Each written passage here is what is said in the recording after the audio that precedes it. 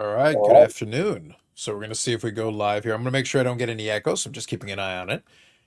I will say one of the best parts about doing this live, and one thing that I particularly appreciate, is the early commentary. Share your Autumn Parmesan. Oh, this would be my brother.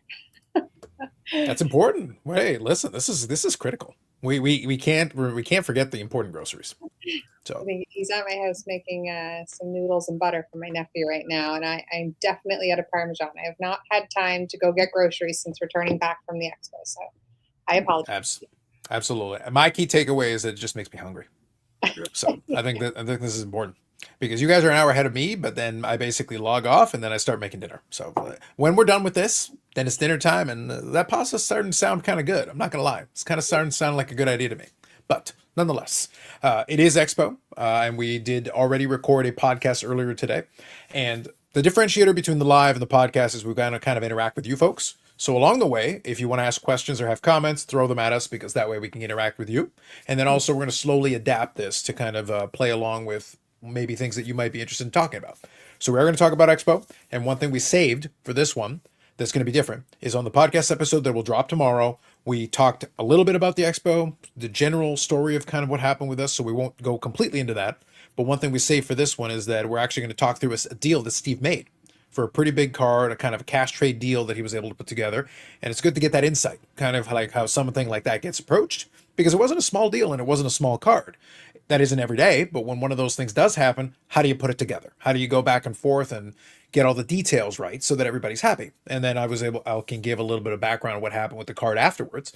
And this card has a little bit of a story with the channel because it's made an appearance initially, and we've gotten to have the whole life cycle of this card as far as AMG and the AMG family is concerned. So this is kind of a fun situation we can do with that. And then along the way, we'll actually have a couple of eBay codes that we'll be able to give away. If you did not already, Sherry's going to double check, but if you didn't already reach out, make sure you do for any swag or any eBay codes that you are due.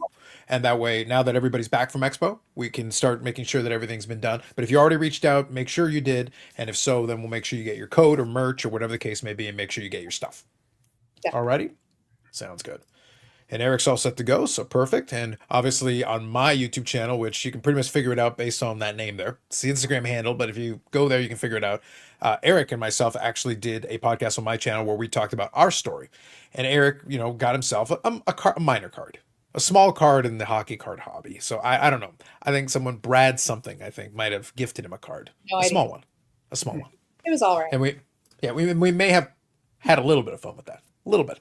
But that's a separate conversation. For AMG, let's start off with that. So high level, we talked a little bit about on the other recording what was going on with the booth and everything. Things seemed to go really well. I think the setup of the show was really well situated for us. You guys were perfectly located beside the bathrooms and everything, near C, near the grading. It was actually a good spot. You weren't in the middle of everything, but you were in a pretty solid traffic spot. And Steve was camped out. He had his little office over in the side. Yeah, no, it was perfect.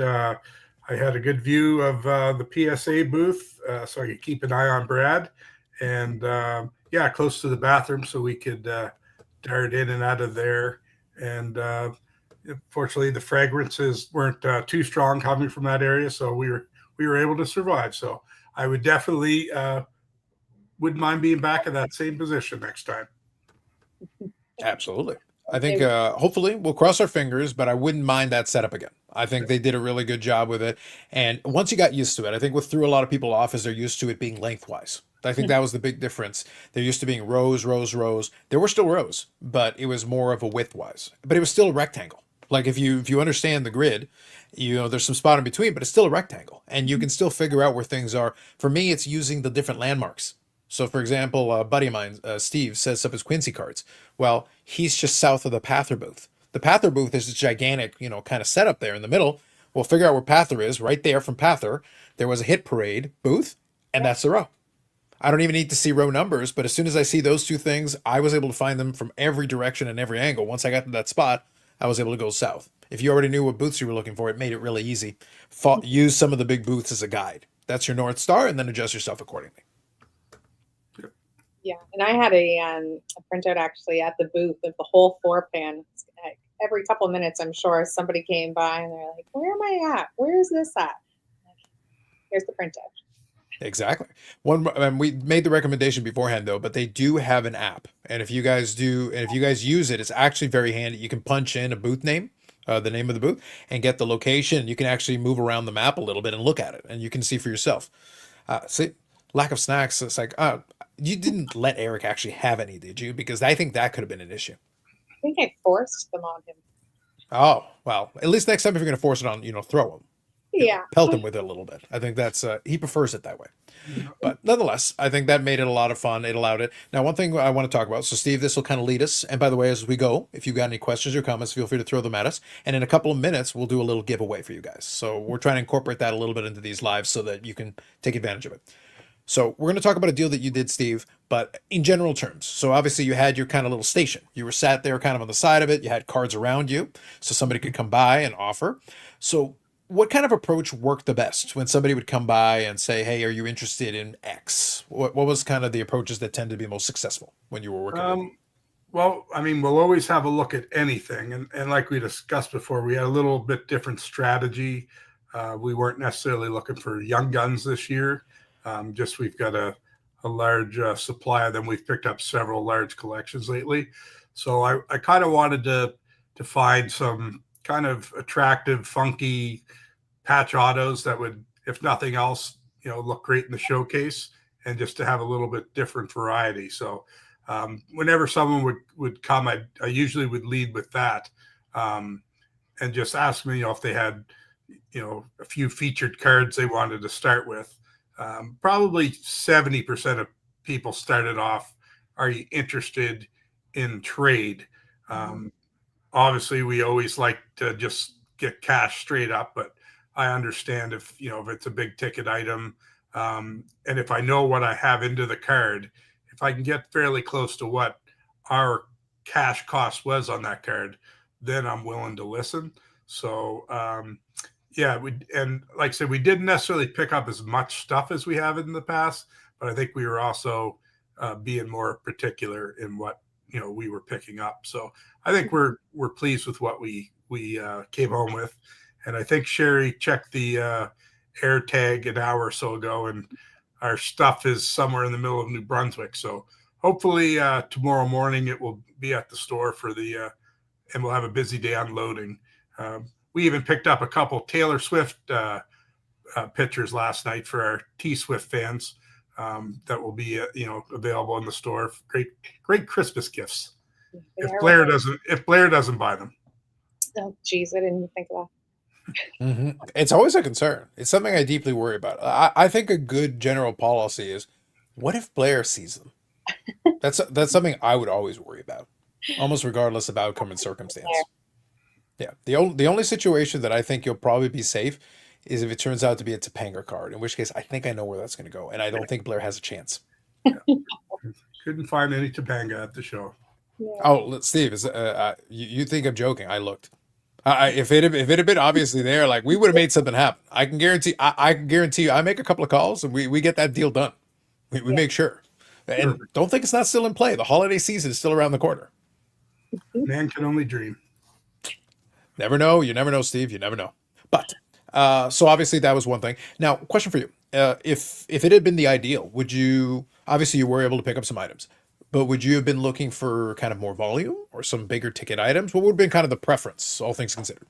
Yeah, we're always looking to buy volume. So that's one thing discussed with Sherry, and that we didn't have those people that would come up with a shoe box of cards or anything. It was all kind of a handful of cards where they had the comps ready to go, and it books for 7. Will you give me 6? And so there was a lot of smaller purchases, not a very profitable return, but if there was money to be made there, we'd go after it. But like I said, I probably did pass on a few things that in the past I would have. So I think when we get everything back and start processing it, we'll be happy with what we brought home. And like I said, I do like the colored patches and stuff like that, which we're, like I said, heavy on young guns. So it'll be nice to mix it up back here. I think it sounds fair. Now, actually, that kind of led me down to thinking about this a little bit, and maybe this would be a good question to ask for you right here. Do you think it could have been a factor that now we do have less so in Canada, but more so in the American shows. But we do have some of those professional repackers. Some of those folks like a hit parade. So, for example, my buddy Steve obviously has some really nice inventory. Sherry was able to do a deal with Steve separately from something else. They were able to come to some kind of an agreement, but he's usually got a showcase full of a lot of nice stuff. And one thing that usually supplements his show and kind of makes his show solid is that folks like Hit Parade will come by and be like, I like one of those, one of those, one of those, one of those. It's kind of like, you literally go into the showcase and going, I like that, that, that, that, that, that, that. And then they come to some kind of a bulk arrangement. And for him, it's, he gets the cash he's looking for to get out of it. And then for them, they've got their product where they put a bunch of this stuff, but they're kind of hoovering up a lot of this material en masse and in bulk. Do you think that might be a little bit of a factor that could make it tricky?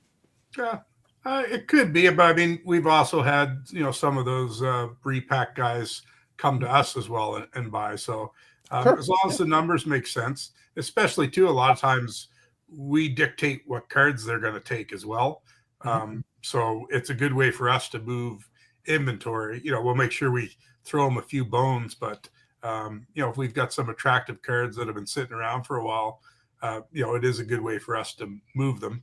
And I think someone had posed the question, will we ever get involved in that? And the answer for now is no. We like where we're at now. And like I said, we do have avenues as far as selling them to other repackers, so they can have at it, but we'll focus on other things. I think it sounds right. Sounds good. So let's get into a little story that we like to call the Austin Matthews Shield card. So let's refresh everybody's memory. If you go back in the YouTube channel, that was a personal case break of Ultimate that was done with Brad and Cherry, disembodied Brad and Cherry, and they were opening it up and they pulled an Austin Matthews Shield card, very nice card at the time, and that one wound up on the AMG showcase. And I remember seeing it and I remember commenting on it. As soon as I saw the picture of the showcase and I saw the card, I was like, I've seen that card before.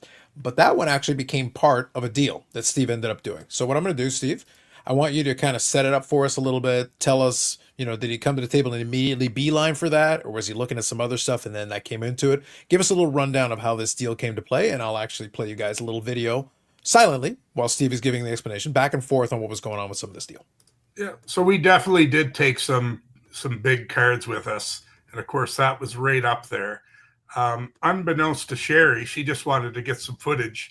She just happened to hit record on this. And, it took quite a while. We went back and forth. He had some really nice cards.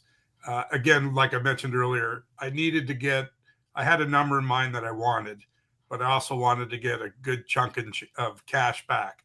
So, and I told him I needed to, like, if it wasn't going to be cash, I needed to get like an extra 1,000 to 1,500 in trade to make up that difference in cash.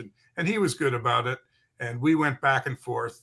I wish I had some of the cards here, but they're, in transport. But we just kind of hummed and hawed and nickeled and dimed. And we really weren't that far apart the whole time. But of course, I was trying to get as much as I could, and he was trying to save as much as he could.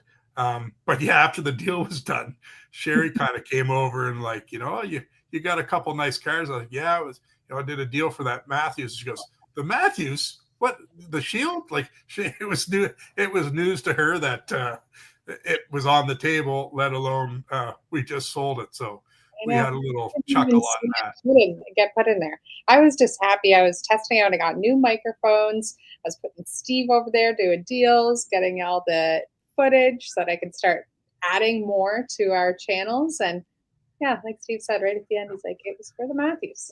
And I think there was like a couple nice Crosby patch autos out of 25. And so like some nice like $500 to $800 cards mixed in the lot, and stuff I know, we'll sell here. So eventually, we were able to do a deal, and he was happy.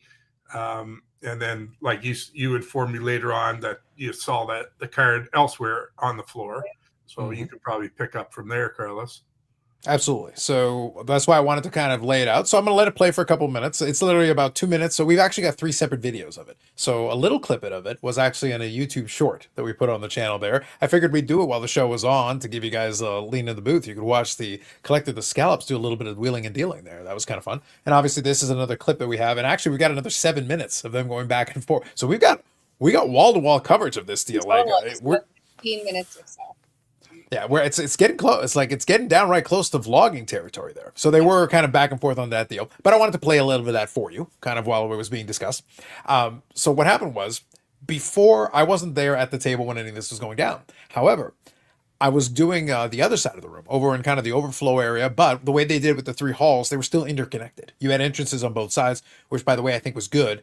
It actually helped it actually helped everybody be able to actually check out some of the other dealers that were set up there. Some of the younger guys were set up in some of those sections.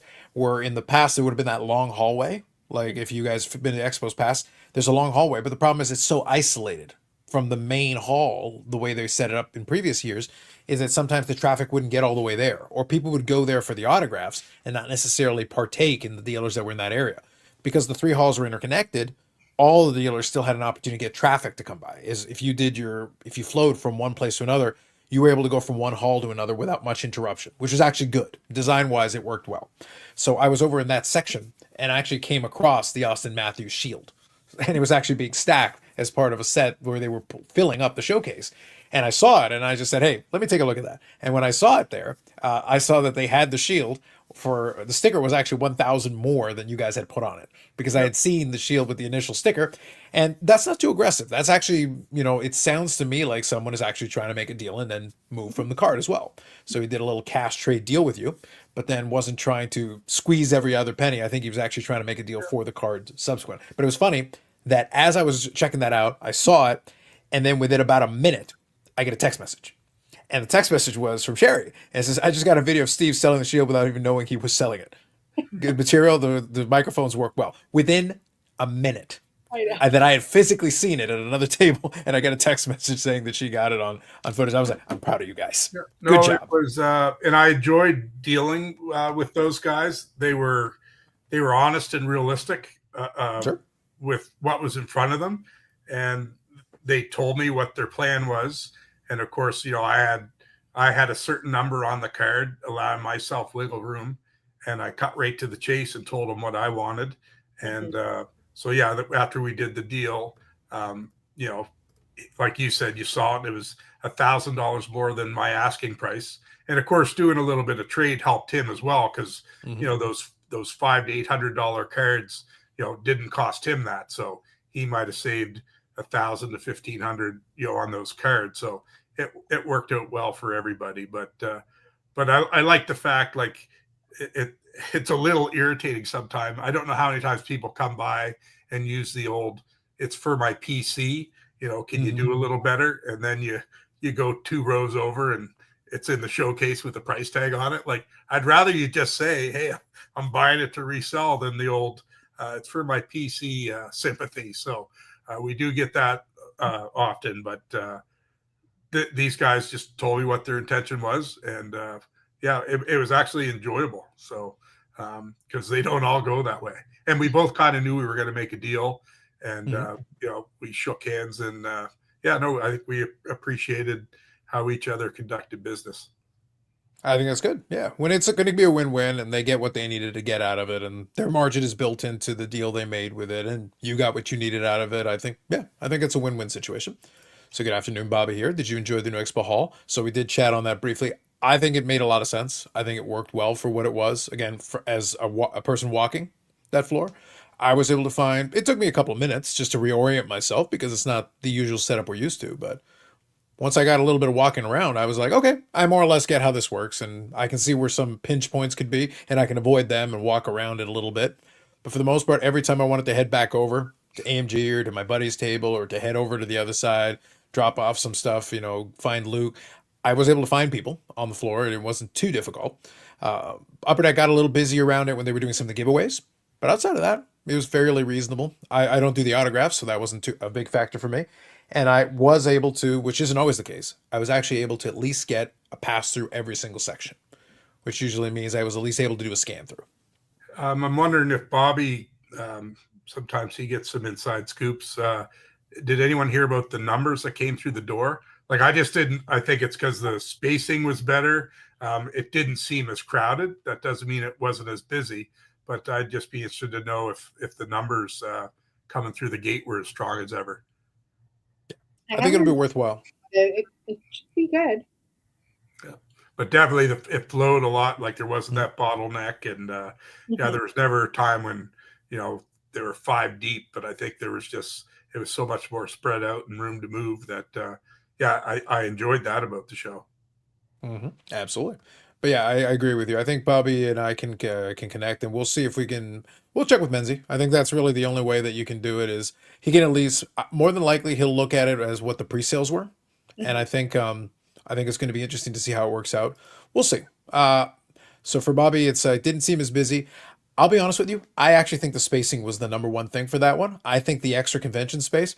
I will bet when Menzie crunches the numbers, I think it's going to be pretty close to the usual, because there were some days where it got busy. Again, it depends on where you are at the time, because obviously when some of the people go to the autograph section, they funnel over there. So it actually creates a little more room on there. But I guess it also depends on the time of the day you're looking. Yeah, and I did hear, like, Saturday morning, the lineup was its usual, wrapped around the building. So yeah, definitely was big crowds. It'd just be interesting to know what the bottom line was. Absolutely. Loud Collectors here saying great expo, awesome booth as well, AMG. Thank you for that. Appreciate it. Thanks. I think Loud Collector, now correct me if I'm wrong, but I believe you were also working with the Gong Show boys on the Rip Party. So I think there was a little bit of that as well. So it was actually funny. So there was I'd met Phil over at our booth. Unbeknownst to me, he'd actually come over and had mentioned about Brad. They were doing the Rip Party, etc. And he didn't realize Brad was my husband. So that was a connection we made, which was pretty funny. But yeah, know that started watching some of the Rip Party. Haven't gotten through it all yet, but I've started to. So it was pretty cool. It was quite the production. I scanned through a little bit myself, but it was quite the production. I will say, just knowing what I do know about what it can take, is that sometimes the amount of equipment that has to work and the amount of testing you need, again, doing a live, stuff can go wrong. Equipment can fail if you're not really careful and got it dialed in. It seemed like it was actually pretty well done. Now, important thing, Sherry, was he loud and was he collecting? Because the false advertising would be scandalous. Yes, 100%. It was great. All right, that's fine. So, again, as long as that's the case, because look, we've been lied to before. Jeff here says, hello, everyone. Sounds like the expo was a great show. I think it was successful. I found it successful personally. I enjoyed it for what it was. And that was kind of, I was really interested to hear how some of the dealer friends that I have thought about it. Because really for them, they're there and they take the time and, pay the freight to go over there and do it. And it's always interesting to see what ends up happening with it. My general finding, though, to be honest, is that most of the dealers who understood that they were there to move inventory, they were there to sell cards, and actually priced it to sell and were willing to be accommodating and work out deals, I think most of them found ways to do deals. I think it's the folks who wanted to run a museum, they ran a museum, and those are probably the folks that found it frustrating because not everyone wants to pay museum prices. Yeah. And I mean, you see that all the time. There's guys, 10 years ago, they had the same product. Yes. It still amazes me that they come year after year and take that stuff home. So, and I get it. Some of it's hard to replace, but at some point you just got to liquidate and turn that into cash and keep turning it over. Cause yeah. So, and then too, when you're walking around, you see that guy's booth, you can't help but think, oh, it's this guy again. Cause you see like bang, bang, bang right after a row. And you're like, so they could lose other sales by not, mixing things up. And kind of at the store too, Sherry's always after us to, whether it's moving it to another showcase or if stuff gets stale, we, we'll just move it. Whether we win or lose on it, it's time to move on and turn it into cash. And that's what we do with a lot of our product. Especially some of the non-sport, Sherry was able to, I think, move just about all of it. I think she kept her Kakawao though, or whatever it's called, but we have one piece left. Yeah, most of the other stuff found a new home. So that's kind of how it works. There you go. And yeah, the Kakawao jokes are made many a times, but yes, absolutely. I also like this comment here from Eric, and the reason I enjoy it is that so Sherry, you and Brad need to listen to my podcast episode that dropped today, Yeah. because we have established very clearly that Brad is now Eric's BFF. And if Eric ever says nary a negative word, he may be struck down where he stands. I think so. Hmm it's Oh, it's so it's not it's not on us. It's like, I'm sorry. Like, Eric is not allowed to say anything. Like, it's over. I can it still is. say mean things, but I don't have this problem. I can still say as many mean things as I like. But Well, no, you Eric. go for a little bit and then add that banter back in. Oh, well, I think it's going to be unfortunate because it's like, every time he tries to do some Mandarin, it's like Bobby Orr. Mm-hmm. Uh, Mm-hmm. We see. Those are not. I didn't make the rules. It's just the way it is. I don't Eric know what has to tell been you. bought and paid for. That's Yep, all. he's done. It's over. It's over. He's a bot man. No one's going to believe him now. It's all for show. No one buys it anymore. So here Sean writes, "Hi guys, hope you enjoyed the expo. Absolutely, yes indeed, yes indeed." So Ben Thing Cardboard here says, "I booked my hotel and flight Wednesday and arrived Friday afternoon to Sunday. Hopefully you had a good time. Hopefully you enjoyed it." Bobby says, "Even though it didn't seem busy, I know of many big deals that went down as well as the volume of sales were up, and I think that's important. I think as long as that was the case, I think that's a winner right there. And for a lot of the dealers, that's the important thing. I was having this conversation with a couple of the dealers. It's not just floor traffic. Floor traffic is good. Obviously, it makes a show feel vital. It makes it feel exciting and everything. But if the dealers aren't selling anything, floor traffic then doesn't translate. You just got a lot of people tire kicking and window shopping. So you want traffic so that it feels like things are happening and you can have conversations and it doesn't just feel like you're sitting around waiting for people. But at the same time, you also want some actual activity. You want some people to look at it and go, yes, I will take one of those, or can I sell this to you, or whatever the case may be. And I do know on the PSA side, there was lots of buzz around the room because there was big cards being slabbed at the show, which is, the whole reason Brad's worked so hard to try to, build this, what's going on there. And I think I know of at least 3 mantles, and I saw 2 of them that, people, which you understand on a big card, may have been afraid to or nervous to put it in the mail. They showed up in Toronto and had them slabbed. So if there was 3 that I was aware of, there was probably even more than that, not just mantles, but other big cards. So that created some buzz around the show. So that could only be a positive thing. Oh, definitely. Absolutely. With people being able to see and experience it last year and say, okay, they did come here last year. It all worked out well. Maybe this year I'm going to take that card and do it. So. And it should just keep, growing the next several years anyway, because there is lots of big cards up here in Canada. So once the word gets around, and the convenience of, showing up in Toronto and doing it in person is huge. Absolutely. And I think just from the conversations that I was able to have with Brad, they met the targets for on site, and they were very happy with the amount of cards submitted. And this wasn't on Sunday necessarily. It was actually by Saturday they had met a lot of the targets they were shooting for. And that just tells PSA, all right, we'll be back next year. That's basically what it says to them. It's like, it motivates them and encourages them because you set the target, you hit the target, and then that says, okay, there's justification. We need to set up again, bring the village back again in the fall, and then Brad can be mayor once again. Yeah. At least for now. At least for now. There are conditions to this. We'll talk about that later. So Sean has a question.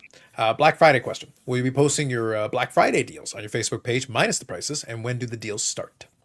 Correct. You can anticipate to see sneak peek, let's say, over the coming week. Perfect. Good to know. Thank you for the question, Sean. Robin here says, good call, Senator Nora. Great to see the beautiful gift you received from the show. I know, very exciting. Very exciting. From his best friend. Best friend, Brad. The taunting will not cease, Sherry. It's I've got a lot of legs for this. It's gonna be fantastic. It's great, really great for me. It's a coup. And I already told Eric you're welcome many times. Many times. Indirectly. Like, listen, my involvement is indirect, but it's still there. It's still there. Bobby says, I asked at most booth on Saturday. Very good. So Phil says, I blew my budget Thursday night. So much for making good decisions. You got to do what you got to do, man. You got to do what you got to do. At least you collected loudly and didn't get it fall into false advertising. So that's important. That is important. So right now we're at about the half-hour mark here. We're going to go for a little bit longer. So if you've got questions and everything, happy to have that and happy to converse with you about any questions or comments. If you did attend the expo, a bunch of folks here did. So if you've got any general comments on that, we'd be happy to have it. But Sherry has compiled a couple of more of the eBay coupons. So this will be something that we're going to give away to folks, and it also lets us play around with our fancy schmancy, giveaway machine. So we get to have that. So basically, the way it works is that I will give you guys a hashtag in a second, and if you use it, we'll let it run for a couple of minutes while we're chatting, and then I'll run the draw. And in this case, we got 2 coupons, so I'll run it twice. So you have 2 chances to win. And if you do win, then you reach out to the store. You can use that contact point, or you can use the email address. Sherry will give that to you. And then you'll be able to get the eBay coupon, which is good. You pick up something at the store, you can use this coupon. And I think it's 10% off. I think it's 2 10% off coupons. Is that right? One is $10 off, and one is a 10%. Perfect. All right. But there will be 2 of them anyway. So what I'll do is I'll run it twice. So that's how we'll do it. I met Brad in Clubhouse, but things grew at BAC. Don't take all the credit cards. Oh, I'll take all the credit I want. It's done. It's done. You're a bot man. Sit down. You're also paying for the like button. So that's it. It's all done for you. Now, we're going to use here. It's a little hashtag that we use. So in this case, what we're going to do is we're going to keep it simple. No numbers, nothing fancy. We're going to make it nice and easy for you guys. Here it is. Let me see here. There it is. It's going to be hashtag Expo. And I think it can take small or capital letters. So I'm going to turn it on here right now. Turn on hashtag Expo, and it is starting to collect comments now. So we'll let it run for a couple of minutes while we're chatting. And then when it comes time to draw it, I'll show you guys on the screen. I'll hit the fancy button, and a couple of people are going to get fireworks. Steve was very impressed with the technology. We really stepped up in the world. I thought it was quite fancy. Mm-hmm. And I thought I'd share while we're doing this giveaway here. In case anybody's watching and thinks that I was just a volunteer at my booth over the weekend, I had someone go up. It was kind of funny, but Oh, yeah, I remember that. Yeah. Yeah. I forget exactly what he said, but he said something along the lines of like, "How did I be the one to volunteer there?" Or something. Or were you drug here or something no, like was that? I drug here to volunteer? No, that is not the case. I am the owner of AMG, and I attended on my own giving will. Also, let's be fair. Like at that point, you need to be there to make sure things don't fall apart. Somebody's got to be in charge. Maybe you need the name tag, the boss. Yeah. Just get the boss name tag on there, so that then they recognize Sherry. That's the problem. I thought it was funny, and I just thought I would mention just in case anybody else was wondering. There you go. And I think maybe we needed to see a couple more of those. Is it East Coast Collective? Because I did see the hat. I had heard about it, but I hadn't seen what the hat looked like. And I think a couple of the guys were wearing them with the thing, and then the AMG on the side of it. Is that the thing? East Coast Lifestyle. Oh, East Coast Lifestyle. That was the one. I knew it was East Coast something. I just couldn't remember the rest of it. Yeah, that's owned by Alex McLean here in the Times. Great guy, great business, great product. Pretty fancy. I saw it. But yeah, it was actually fun. So we'll share a couple of stories. Like I said, if you guys got any questions, by all means, feel free. We're just going to chat for a couple of minutes while a couple of you get your entries in. I can see 4 of you have already gotten those entries in. So right now you're at a 50-50. You got a 50% chance of winning. So we'll let it run for a couple of minutes to give you guys a chance. It's just hashtag Expo. Small E or big E, I think they both count. So you don't have to worry about capitalization on that. I think it accepts it either way.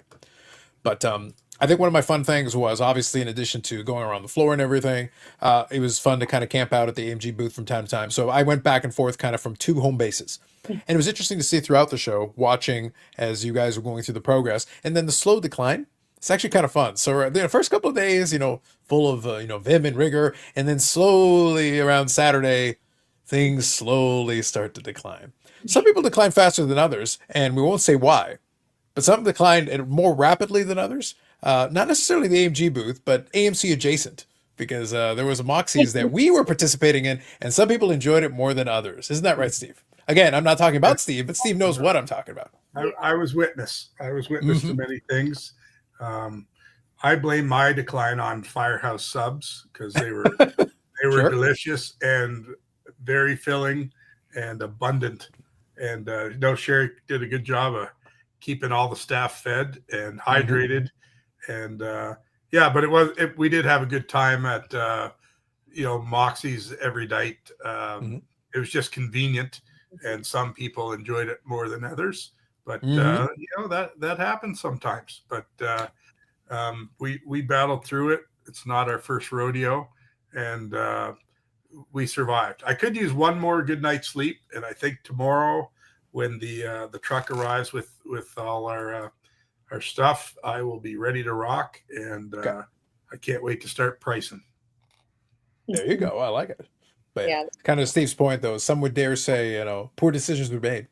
Mm-hmm. Some poor decisions were made. So I do not need to eat Moxie's again until next November. Yeah. Usually we get out, but I wasn't able to get a reservation anywhere. We had Moxie's 5 nights in a row. They Yeah. love us. We Yeah. think. We think. Well, they let you in. They let you in every single night. So Sure. it must have turned out all right. I actually think so. It was good for us. So it was. So I was there with Eric and his wife and Yannick as well. So we joined you guys for one of the evenings, and it was good. And Eric enjoyed it tremendously. It worked out great for him. Wonderfully. It did. It did. But nonetheless, what I'll say is that it's good for what it is. I would, that's one of those ones where I always, when it comes to something like that, I like the fact, first of all, you got the TV, so the hockey game's on, which is wonderful. And then one of the things, though, I wish some of these restaurants would get the memo. Like, guys, you can turn down the music just a smidge because the people do kind of want to chat with each other. It makes it a little bit easier. But it was nice that we had the 2 tables. So we were kind of on the side of you guys. And then Steve was there with, I believe you were there with your brother. And I can't remember who else was there with the table with you. Denny Chassé. He actually played a couple years in the NHL. So him and my brother work at my father's booth.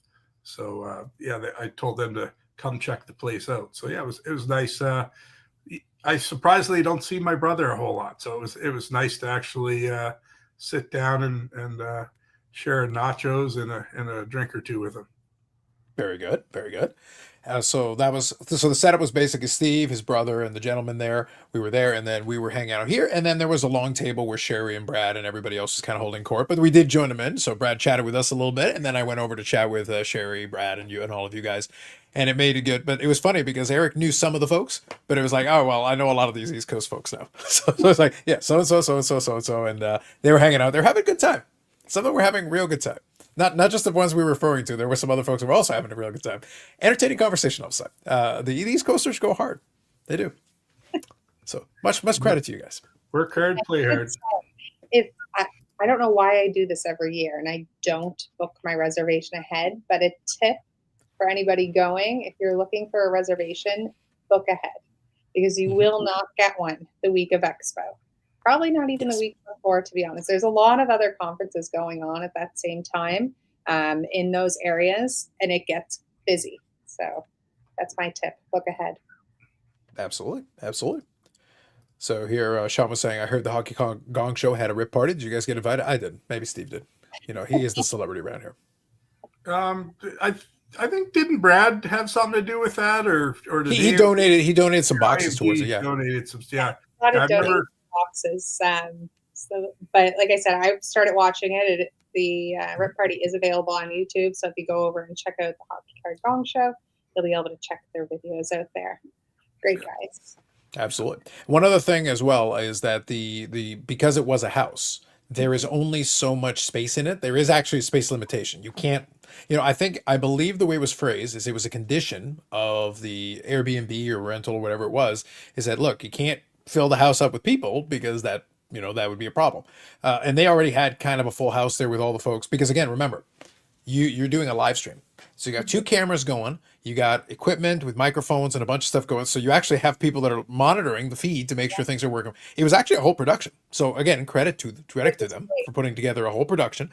And then you're running a live stream, making sure that's all working. Again, I know from experience, running a live can be tricky. It can be like piloting a spaceship sometime. And the more elements you add to it, the more complicated it becomes. Monitoring a chat, talking to the people, but now add in additional cameras, people trying to rip boxes and trying to do all that, trying to acknowledge that next. And then you try to do all the rest of that stuff. It's not easy. And it gets more complicated the more elements you add and the more people you add into that equation. I was just happy I figured out my 2 little Amazon microphones that I caught Steve steal on. Trying to do that. Yeah, it was fun. Sometimes I would perform for the camera when the camera wasn't on, and then when it was on, I wasn't performing. So I have to iron out all those kicks. I need one of those little, action signs so we know when to when it's time to go full fledged. All right. Yeah. See, I have that all the time. It's like I'm much calmer in real life. Anyway, no characters at all. Anyway, moving on here. So Sean was also asking, maybe talked about what was your biggest deal at Expo. So Sean, when you check it out, rewind a little bit. And Steve was talking about that. There was an Austin Matthews Shield deal that went down. And Steve gave us a little bit of a rundown on that one. So you'll definitely want to have that for sure. Yeah, but we also moved, like we moved big cards. I think I had, a Terry Sawchuk rookie, an Eddie Shore rookie. Probably moved 15 Austin Matthews PSA 10s, seven or eight Ovechkins, McDavids. We are moving big cards. That's what we were doing. So, yeah, we the first 2 days it was impressive the cards we moved. Yeah, absolutely. And one thing though, as well, and this happens at every one of these shows where you've got this. AMG is no exception to this, but towards the tail end, and I would say Sherry is more militant about this than most. The goal in life became, we are not taking this back with us. Mhm. Take these boxes. So she was willing to deal. And if you were by on Sunday and you wanted the boxes, there was a lot of like, yes, take a case. I'd actually Take two. at the very end of the show on Sunday, I had packed up a couple of Series 1 boxes. I'm not kidding, 3 or 4 times. He'd come over, purchased 2. I was like, okay, perfect. Retaped the box, got it over into my pile. He came back, got another 2. I was like, okay, yeah, no problem. Cut the box, open it up, taped it back up. And I was like, he came back. I was like, okay, here's the deal. You're going to take all of these. I'm not taping this box back up anymore. And he did. Mm-hmm. Yeah. That's what I'm saying. Like, I'm not joking, folks. Like, and Sherry went out of her way to make sure she undercut the prices on a couple of those products to go, this is the cheapest one of the show. Take the boxes. Take them now. So, And it was a little, I mean, usually the first couple days, people are buying the cards. We were actually getting a little nervous because we didn't sell much product at all. And at the same time, though, people are shopping around seeing what those prices are. So, but we've moved stuff in the past, and the Sunday is the busiest day, but it almost went from like non-existent to the one day made up for the 4 quiet days. So yeah, it was. So by the end of the Sunday, Sherry was in a better frame of mind because she was a little cranky earlier in the morning. Indeed. It's like we can't force these people to take the stuff. They have to decide. Steve, not with that attitude, Steve. Yeah, not with that attitude. But one thing I was going to say is that I think it also helped that you guys accepted cards as well as cash. So it allowed folks to have some flexibility, some options. And that's, for me, this is just my take on it. I think if anybody tries to do boxes, I think you have to. You really need that option available. I did a deal for Steve's favorite product, AW Flagship. The beloved, like Steve literally is like, oh my God, how did you find such gold? And I said, Steve, I go around and I look and I find it.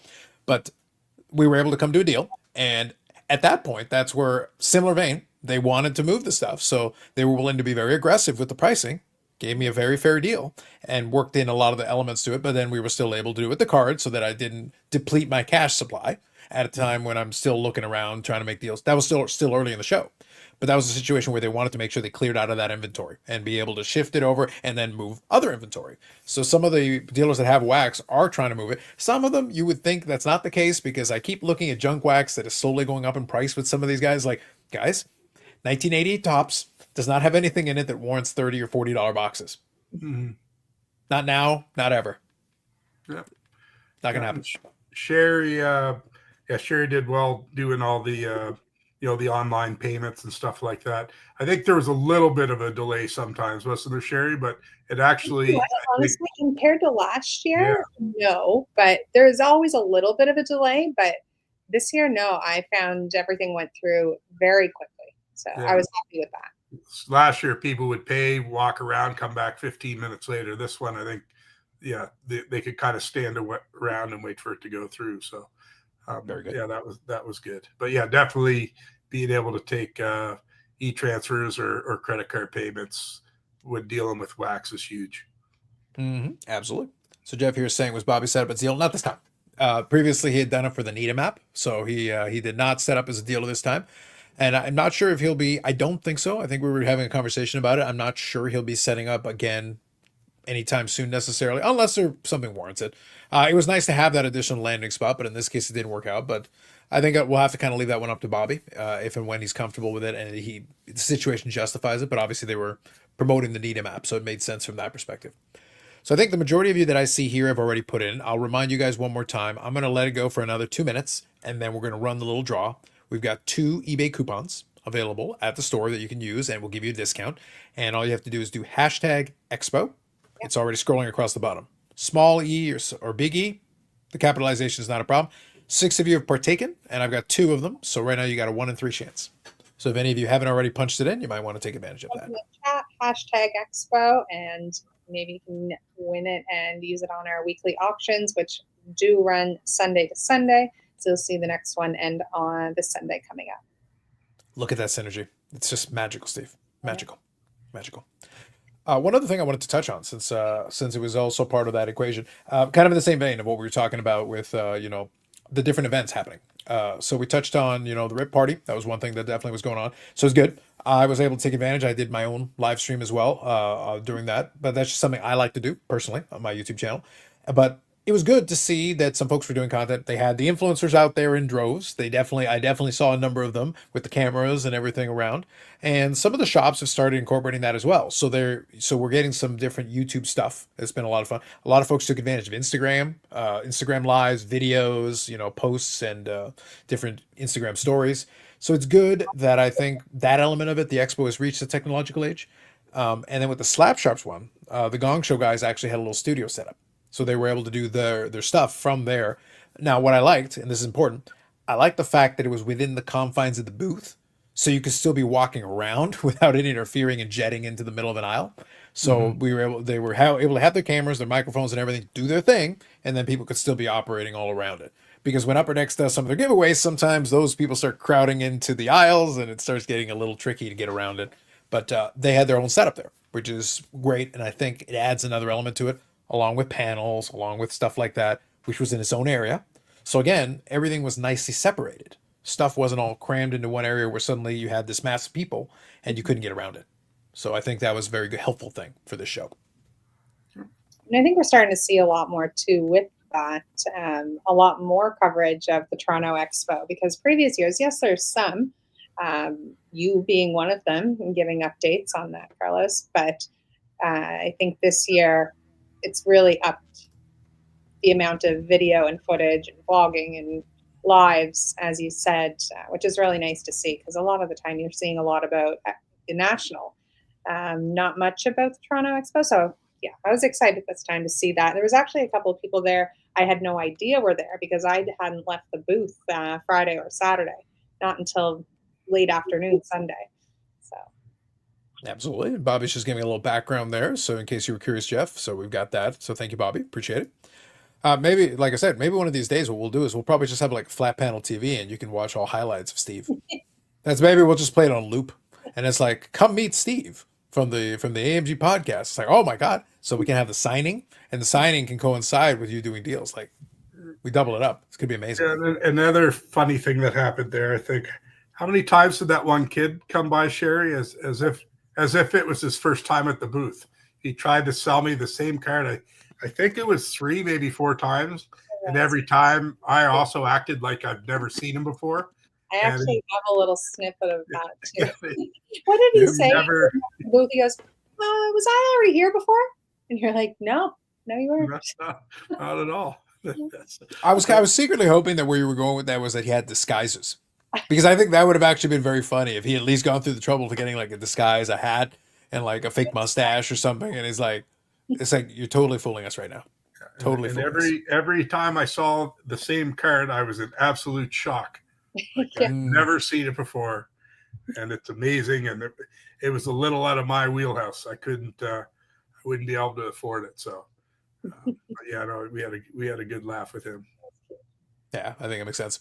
And one thing we weren't able to do, but next time I think we'll try to plan it out a little bit better. I always say that, but at the same time, every year is its own beast.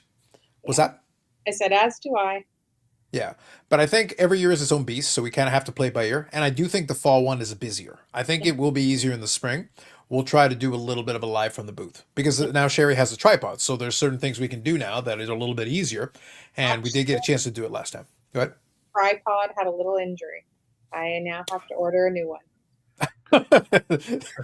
It's like how wild did it get at Moxie's there, Sherry? Like what happened over there? What are we doing? No idea. I came in and the tripod is now what we call that, a dual pod. Dual Or Oh pod. wow, Yeah, wow! we lost the leg. iPod. No, no. A casualty of war. A casualty of war. Here you go. Here's a suggestion. We're going live from Moxie's next one. Now Oof. that would do ratings. That would do numbers. Yeah. We Not might get sure. we might get some comped meals out of that too. Did I tell you that they love us there? I think you should just leave Billy in charge. I think if Billy ran the live stream, I think that'd have been sensational. They may not love us anymore if I was gonna say, but if nothing else, Steve, you got to admit the entertainment value would definitely be there. oh yeah. No, we have a great time and always like seeing twice a year the Ontario boys and reconnecting and doing a little networking and a lot of laughs. So we had a great time as always. Absolutely. All right, folks. So you've been patient. So I think it is now time for me to give away some codes. So that's what we're going to do now. So we're going to fire up the fancy technology. Like I said, hashtag Expo. This is literally your last chance. So if you haven't already put in hashtag Expo, I'm going to share it on the screen and then we're going to hit the button and make it happen. So what's there on that screen is literally what you can punch in. If you haven't already done it, if you've already done it, it probably already counted it. And when I run it, it'll remove somebody from the running. So they can't win two different codes. And what'll happen at the end, so Sherry, once that happens, whoever wins, they need to reach out to you. What's your preferred method for them to reach you? By email. Email is always easiest. I see it. I can get to it. Sometimes I do miss a message on social media or gets lost in translation. So with your name and email, just send me, let me know that you were the winner at amgbedford@gmail.com and I'll get your code over to you. Perfect. All right. So now you had your last chance. So now I'm going to hit the draw button and we're going to pick the first one. Fancy technology. Look at all that. Beautiful. I think it's great. The draw picker. I know. Absolutely. The first winner is the Burrell himself. Bobby, it's all you. Look at you. See, Bobby was the first one to put it in there. See what happens? You write a couple of books and all of a sudden you have frontline access to the draw. So Bobby, Bobby, regardless, I don't know if you want to end up using it. You can always do what Kevin did, or you can use it yourself. But regardless, you're the first winner. So we're going to draw again. Bobby can't win twice, so we're going to get a winner here regardless. So here we go. We're going to draw again. Second one. I think it's great.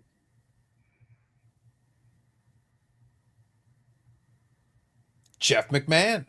There you go. Very nice. Awesome. Good So job. you guys can reach out to me, like I said, amgbedford@gmail.com, and I'll get your winner codes over to you. Congrats, and thanks for following along. Yeah, Absolutely. I'm a little hurt. My mother didn't enter this week, so I'll have to have a talk with her tonight. We'll I was see. gonna say, Steve, I only milked this for like 20 minutes. Like I've done what I can. Like, I at know that you point- tried to delay for her. I appreciate it. Yeah, we've done as much as we can. There will be more giveaways along the way. We wanted to do this as a way to kind of expand it out a little bit, and we're going to switch it up. The eBay codes are one thing that we can definitely do. That's very easy, and again, it's mutually beneficial, obviously, for sure. Sheila is there. Oh, there she is. There you go. Hopefully, No hashtags I'm this time. hungry. There you go. But that's something we try to incorporate into it, and over time we'll also include a little bit of merch, a little bit of swag in there. We'll kind of play it. We'll play around with it a little bit to provide it. But yeah, if you guys are able to check this out live, it's a really great way. And down the road, we'll probably incorporate some stuff where maybe I'll allow some of the folks on replay to do it, but then I'll make you jump through some hoops. If we're gonna do that, then I'm gonna make you jump through some hoops. If you're watching it live, it's a lot easier. I'll ask you to do a hashtag, and nice and simple. We'll hit the little button, fire up the technology, and we'll make it happen. And as Absolutely. always, if you have any comments, questions, I don't accept concerns. I'm just kidding. But you can always reach out to me directly by email, social media, call me. But we do appreciate everybody following along, liking, subscribing, following, etc. And we do have a new product coming out tomorrow, so you can reach out to the store tomorrow afternoon, as well as all our buys from Toronto will be arriving back here Wednesday morning. So just give us a couple days to get sorted and get pricing, and hopefully by the weekend or Friday there'll be some cool stuff available. Absolutely. And I'll give you folks the heads up because like I said, we already recorded the podcast episode. So tomorrow you will get a podcast episode on the channel, which will go into it. So see, busy dude asked the pertinent question. So there's a couple of products, but the specific one from the hockey side of thing is 22-23 Upper Deck Premier. That's the big hockey one. There are some other ones that are in there. I think there were some Pokemon ones in there. So a little bit of a list of items, but if you're curious about any specifics, reach out to the store directly. Then you can get exact products, quantities, prices. That's the best way to get the info directly from the source. Yeah. Brad has made it back to Nova Scotia. He's in hiding right now from his adoring public, but he's around. He's around. He's answering emails. I can see him from here. So he's busy. Yeah, we'll usually bring them on, and we'll rotate through the cast of characters. It'll usually be some combination of us, but then also at the same time, Brad and some of the other folks in the store will occasionally join us. But this is after the closing of the store, so we want to go in and we'll always try to mix it up a little bit for you, and give you that. Definitely. Totally understand. That's why I say reach out for some of the other ones as well. There are some other products that I think are a little bit at different price points that make it a little easier. But yeah, UD Premier is going to be the big one. But we do a little breakdown and touch on it in the podcast episode as well. But the singles are going to be there for sure. I think definitely some folks will open it up. And yes, thank you, Bobby. Please hit the like button. Appreciate it. So that'll be it for this time around. Thank you for hanging out with us. And it is something we're making into a regular thing. So if you're on the East Coast, we're going to usually go around 5:15 p.m. Eastern. That's about the time. 6:15 in, I always forget what it's called. Is it Maritime time? Atlantic Standard Time. But I've decided to make it Maritime time. It's Maritime time now. It's redundant and I like it. Yeah. Atlantic Standard Time. Fair enough. Yeah. So 6:15, AST, and then EST is 5:15. So it's so if you folks are just getting off work, then right after, while you're doing the morning rush hour, the rush hour on the way back, you could be listening. You can listen to Steve's dulcet tones as he tells you things. Incredible. So that'll be it for us this time around. Thank you all for participating. Really wonderful chat tonight. It's been a lot of fun. And we'll come back with other things as well. If you check out the replay and you got questions or comments, you can comment in there and we'll usually get back to it in the next subsequent episode. And then now that we're back to the regular schedule, we'll be able to get back to a more regular episode next week for both the podcast and the live. So for Steve, Collector Scallops, Collector the People, and Sherry, the boss lady at AMG, not a volunteer. Not a volunteer. Not a volunteer. This was the AMG live episode. Thank you for checking it out. We'll catch you in the next one.